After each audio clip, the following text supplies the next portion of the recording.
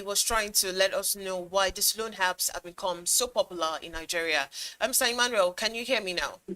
Yeah, I can hear you. I can hear you clearly. All right. So, why do you think these loan apps have become so popular in Nigeria despite the risks? Okay, so thank you very much for this person. Thank you for having me again on Business Day TV to speak on this topic that really impacts on many Nigerians. I believe the loan apps have become so much popular because they are here to fill the gap which the traditional banks have left open. And this is quick access to cash by millions of Nigerians, youths, young adults, even small business owners can have access to money to run emergency needs or even run their businesses. As you mentioned, there are risks to it, but however, many Nigerians are not so much familiar with this. I mean, the major aim is to just get the money to uh, utilize it for what it is being needed for. Mm.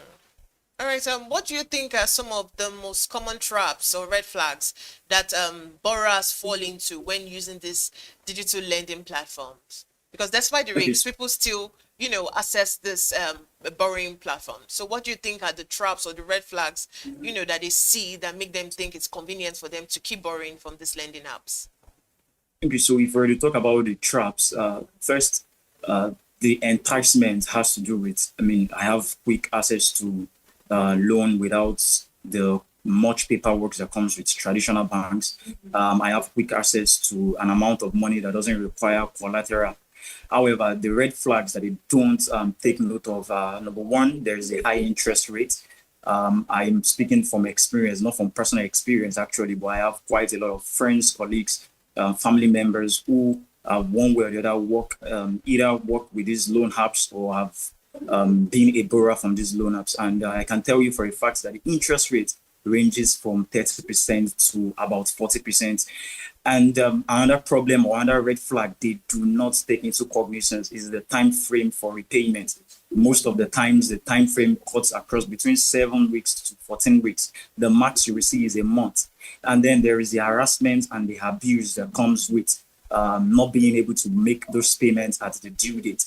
And coupled with that is hidden charges. I can tell you for a fact, I had an experience just over the weekend where a borrower was calling one of the agents of this loan app to actually plead because she had not paid back as at when due. And all of a sudden, the money she was supposed to pay has now piled up beyond the capital, the money she received, which is, let's say, the capital, the interest, and then there are now hidden charges that have made her repaying worse. And she was at their mercy begging over and over that if they could just take away the hidden charges, she already has the amount she borrowed and the interest rate.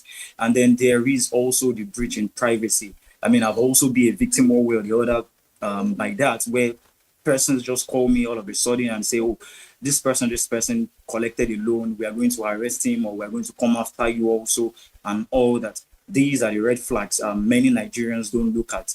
They only see the parts where, yeah, I have access to quick loans, no collateral, no much paperwork. All I just have to click is accept, and then the loan is being transferred to me immediately. Mm. So let's talk about the hidden rates and the hidden charges that are often criticized. How do you think borrowers should calculate the real cost of these loans before taking them? Because I'm sure they will be told that this is the amount you're paying, not that they just pile up on interest for you. Okay, so thank you for that question. Just to emphasize, for some loan apps, they really at times do not let persons know how much interest they are taking. They get to know just immediately when they click accept the loan. This is from sources that I know. However, what many of their clients do back is immediately they click it and they see the rate of interest, they return the money immediately. However, some still go ahead to do it. Now, but then we are in a world that is very digital, and it surprises me that where we have access to the likes of the AI tools like ChatGTP, I'm taking a loan, for example, you're taking a loan. Let me use a small amount for many Nigerians that will be watching this, a small loan of 10,000 naira, and I'm expected to pay 12,000 naira in return in a month. That is a whopping 20% interest. Now, all it takes for a person is to go on, even on Google, and say, oh, if I'm taking a loan of this amount and I'm paying this amount back in a month,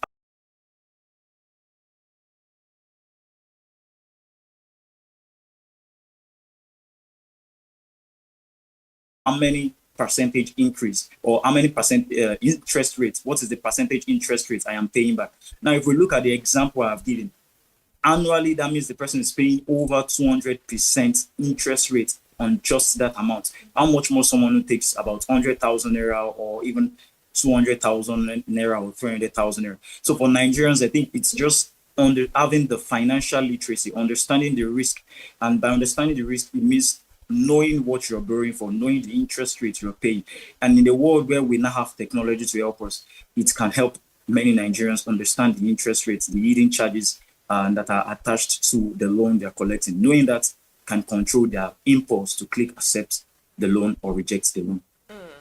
Okay, also many users they complain about harassment. You also mentioned it briefly, harassment and privacy breaches by these loan apps. So how effective do you think the regulatory agencies, and I'm talking about the FCCPs and also CBN, how do you think they've been effective in addressing these issues? Okay, thank you very much. Now, I can say for sure that, yeah, they've been effective quite a lot. I mean, there have been a lot of close down to illegal or non-registered loan apps or loan companies. And the CBN also has released a regulatory kind of rules, or should I use a kind of policy just to protect consumers. And the consumers also has to do with those who are the borrowers. However, we understand that as much as we put in mitigations, we are humans and we try to adapt quickly and then devise other means.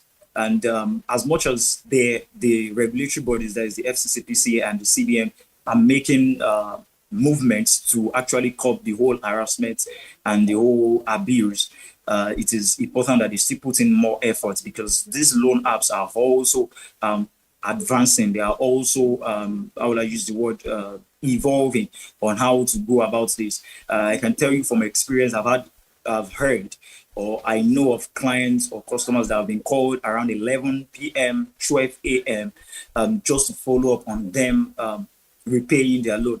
And if you look on the other side of the agents that are doing this is because they also have a target to meet up with. As well, as much as I know that, yeah, some loan apps are adhering to this, I think the FCCPC and the CBN still have a lot of work to do in order to protect consumers. And by consumers, I mean borrowers from these loan apps.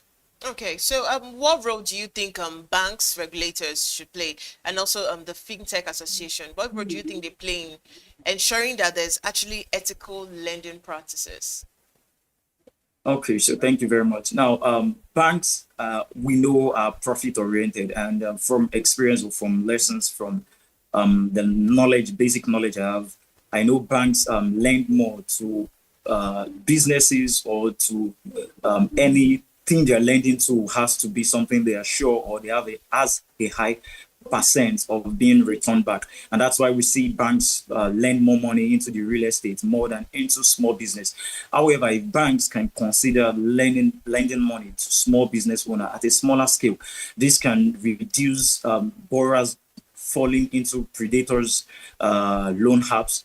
And then for regulatory bodies, I mean, like I said earlier on, there's much more work to do.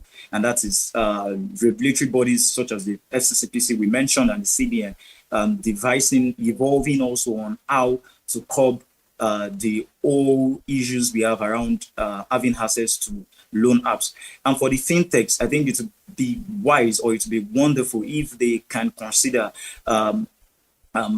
looking into the interest rates they place on their loan.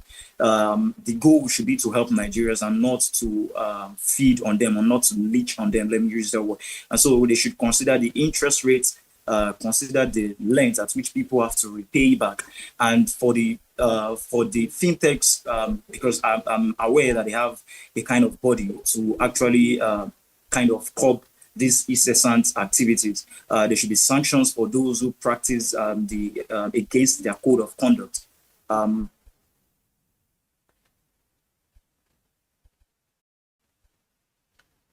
All in all, discussing what we just said.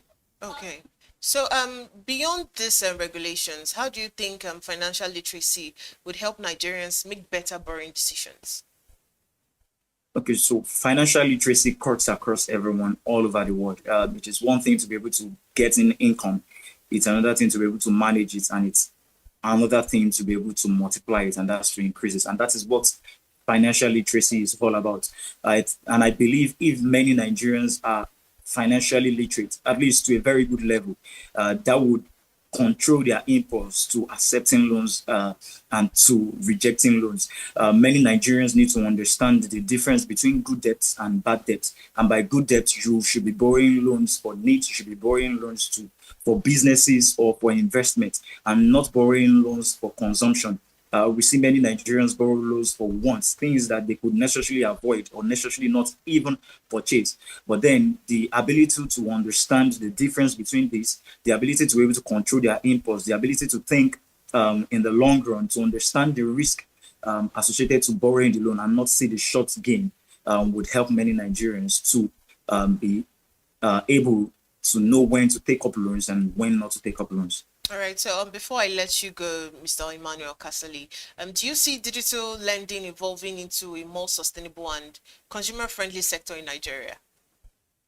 Absolutely, I believe so. However, a lot of factors need to be taken into, and that cuts across everyone that are being involved in it, from the fintech apps being so much humanly applying empathy. I understand here there are many, or yeah, use the word many Nigerians who would want to abuse they trying to put in measures to make things easier for Nigerians. However, I see, yes, it is possible for fintechs to evolve so much that it is sustainable in Nigeria. However, it cuts across the borrowers being knowledgeable, and that has to do with being financially literate, knowing, having that financial education. And then for the fintechs, looking, going back to their drawing board to look at their interest rates, the allowing borrowers to have a good credit worthiness, and the time frame, especially. I mean, lending someone an amount over 200, 300,000 and expecting the person to pay within 7 days to 14 days is quite unrealistic to some extent. And then the regulatory bodies need to be on their toes to clamp down the fintechs that are not registered and those who are not practicing their activities ethically. Thank you so much for your insight. Emmanuel Casali is the founder, Dara E-Ray Consult Limited. Thank you for coming on the Business Morning on the Breakfast Show this morning.